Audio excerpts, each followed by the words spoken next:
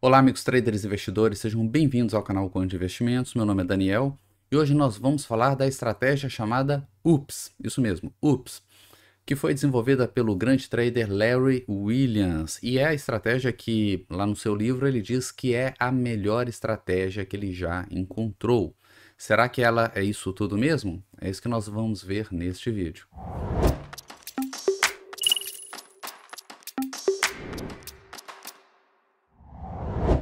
Para quem ainda não conhece Larry Williams, esse cara é uma lenda dentro do mundo trading e ele ficou famoso quando ele ganhou um campeonato mundial de trading e ele conseguiu um recorde que até hoje ninguém bateu. Ele escreveu vários livros, né? E ele é um dos grandes nomes aí do mundo trading. E ele escreveu um livro onde ele conta várias das suas estratégias ali utilizadas. Esse livro especificamente, qual que é o nome dele? Long Term Secrets to Short Term Trading, né? Seriam mais ou menos segredos de longo prazo para tradings de curto prazo. Ele descreve ali várias estratégias e entre as estratégias existe uma estratégia chamada UPS, né? Ele ainda escreve assim, "Oops, this is not a mistake", ou seja, "Ups, isso não foi um erro", né? É um nome assim jocoso, né? Que ele dá para a estratégia dele, tá? E ele mostra uns números ali impressionantes, tá? De testes que ele fez com essa estratégia. E ele diz que essa estratégia tem um resultado maravilhoso, que foi a melhor estratégia que ele já encontrou no mercado financeiro, nos seus estudos, etc, etc, etc. Tá? É uma estratégia bastante famosa, grandes outros traders desenvolveram estratégias parecidas, né, com base nessa estratégia. O Oliver Velez, que é outro grande nome aí do mundo trading, desenvolveu uma estratégia chamada tática de guerrilha, bastante famosa também. Tática de guerrilha é muito parecida, é praticamente igual à estratégia UPS, né, mas o Oliver Velez fez pequenas modificações, pequenos ajustes ali para o perfil dele, tá? Mas foi assim claramente inspirada nessa estratégia do Larry Williams. Bom, então vamos dar uma olhada nessa estratégia, como que ela funciona, tá? Vou compartilhar aqui minha tela. A ideia dessa estratégia é o seguinte, tá? Vou explicar o racional dela. A ideia é quando o movimento ele faz o que ninguém está esperando, ele vai para a direção oposta. Então o que nós temos aqui? Nós temos um dia de queda, outro dia de queda, outro dia de queda. Então o mercado está caindo. E aí o que acontece nesse dia? Nesse dia, olha o preço de abertura, olha onde que o preço abriu, tá? Então esse aqui é o primeiro sinal, o preço ele precisa abrir abaixo da mínima do dia anterior. Se vocês olharem os candles, não só nesse gráfico, mas em qualquer gráfico, geralmente o preço de abertura ele está dentro do range aí do candle anterior, tá?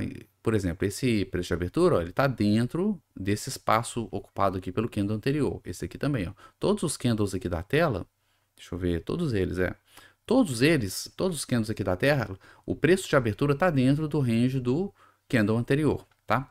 Exceto esse daqui. Quando o preço ele já abre com esse gap, tá? Quando ele já abre abaixo da mínima do dia anterior, ou seja, fora aqui do espaço de cobertura do dia anterior, isso indica uma fortíssima pressão vendedora, porque logo na abertura já houve essa força vendedora, né, essa preocupação em vender, em se livrar daquele ativo, né, ou em operar vendido aquele ativo. Então espera-se que seja um dia de queda para aquele ativo, tá? Isso é o que a maioria das pessoas tá esperando, né? Mas aí o que acontece com o preço? Ele caiu, continuou caindo, de repente ele para de cair. E ele começa a voltar, e as pessoas acham que é só um pullback, acham que ele vai continuar caindo, e ele não cai, ele continua voltando, até o ponto que ele toca aqui a mínima do dia anterior e continua subindo.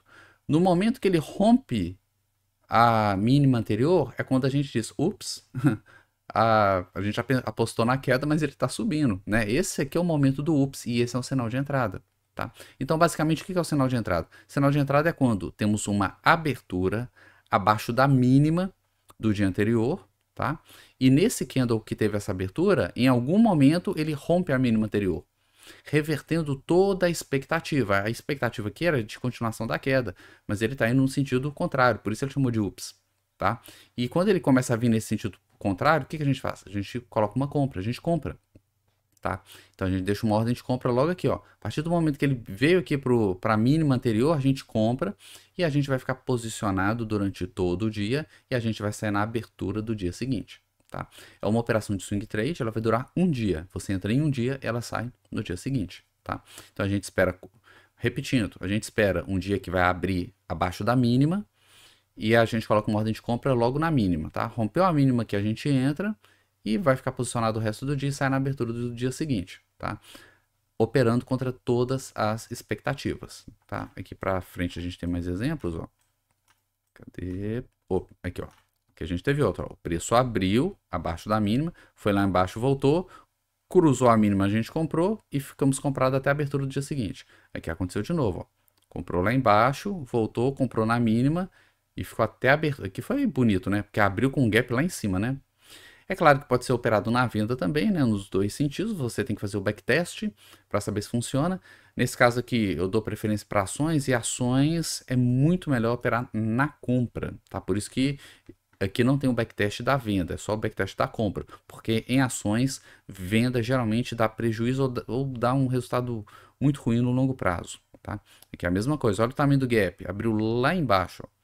Lá embaixo, contra todas as expectativas, foi subindo até romper a mínima. Rompeu a mínima, compra, fica comprado até o final do dia e sai na abertura do dia seguinte, tá? Bom, esse é um funcionamento básico do UPS. Ele dá algumas variações dessa estratégia que eu já vou mostrar, tá? Mas primeiro vamos testar essa estratégia na sua forma clássica, né? Eu tenho aqui o backtest, né? Ups, cadê? Alterar, blá, blá, blá. Tá, tem aqui, ó, 10 anos, tá? 10 anos de período. Vamos fazer uma simulação aqui de 100 mil reais, operando todos os papéis do IBXX. Então, a gente vai fazer um backtest de carteira, tá? Que simula a montagem de uma carteira com 10 ações. Essas ações podem ser qualquer ação dentro ali da composição atual do IBXX e cada vez que uma ação dá entrada, a gente entra com 10% do capital, até alocar 100% do capital, assim que funciona. E o resultado desse backtest de carteira foi isso daqui, ó. Tá?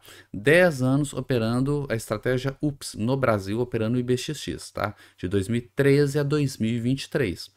Bom, o que a gente pode observar aqui? Que essa estratégia UPS na sua forma original, tá? Na sua primeira forma, para operar ações na ponta comprada, no gráfico diário, para esse universo bem específico, não é lá muito interessante, né? Na verdade é bem ruim, né? Fechou negativo o período. Tá, fechou negativo. Ah, Daniel, quer dizer que o UPS não funciona? Não, estou dizendo que ela não funciona para ações no gráfico diário nos últimos 10 anos. Se mudar o gráfico, aí no semanal, nos 60 minutos, e aí é outra história, aí tem que fazer o teste, tá? E se mudar o ativo também, tem que refazer o teste. Isso aqui é um teste para ações operando IBXX no gráfico diário, tá? Mostrou um resultado bem ruim, tá? Bem ruim. Vamos dar uma olhada nos papéis, tá? Ó, vários papéis deram lucro, ó, a Petrobras deu um lucro de 195% no período, tá? Os Minas também, dois papéis que funcionou bem nesses últimos 10 anos, tá? Deixa eu olhar aqui quantos papéis, ó, até aqui foi positivo, a maioria dos papéis fechou positivo, né? Olhei na escala ali, deu mais ou menos 60%, 65%, né? Mais ou menos 2/3 aqui dos papéis fecharam positivo, deram lucro durante esse período, tá? 1/3 dos papéis aqui, aproximadamente 1/3 deu prejuízo, tá? Então, assim, é uma robustez um pouco baixa, tá? Para essa estratégia, tá? Esse aqui é o gráfico, vamos ver o tamanho aqui do prejuízo. É 11% do prejuízo. Então, quem ficasse operando UPS direto, tá? Apenas essa estratégia com esses papéis em 10 anos fecharia no prejuízo. Mas ele sugere algumas mudanças também nessa configuração, que é o que a gente vai fazer, tá? Uma mudança que ele sugere é o seguinte: ao invés de sair na abertura do dia seguinte, a gente sai no primeiro candle que fechar com lucro. Então, eu vou colocar aqui, ó, primeiro fechamento com lucro, tá? Então, eu vou anular minha abertura, minha saída original, tá? Vou anular aqui. E agora ele vai sair no primeiro candle que fechar com lucro. Acontece o seguinte, e se não tiver nenhum candle com lucro? E se você comprar e o papel cair, aí você precisa de um stop, né? Ele, no teste que ele fez lá no livro, que ele mostra lá no livro, ele usou um stop loss financeiro de $2.000, tá? É que eu vou usar um percentual. Vou colocar aqui um percentual de 10%, por exemplo, tá? Porque a ideia é realmente sair do lucro. Então, tô deixando um stop grande, embora não vai fazer tanta diferença assim não, tá?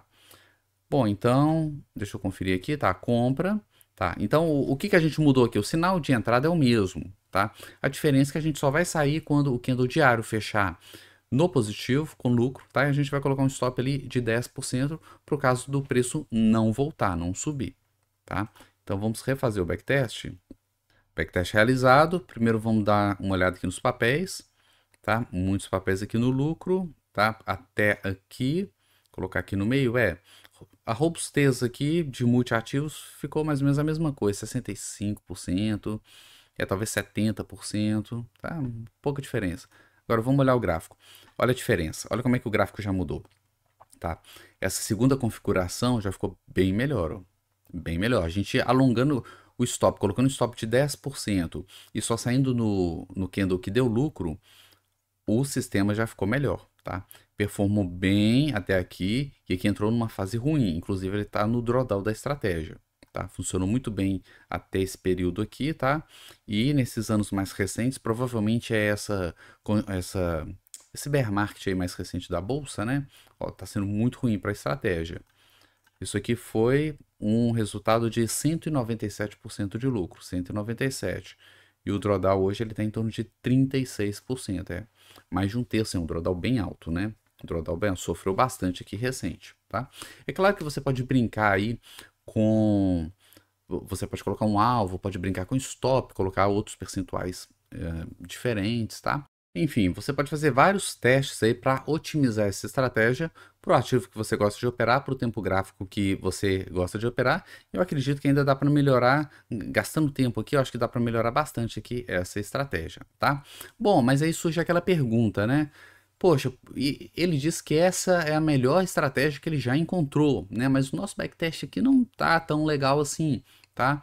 Bom, por que que ele diz que é a melhor estratégia, né? Se a gente voltar lá no livro dele, ele coloca lá umas taxas de acerto impressionantes, lá de mais de 80%, umas rentabilidades absurdas, muito altas mesmo. Mas quando a gente lê o texto, a gente percebe que ele fez algo muito, como é que eu posso dizer, muito curioso ali.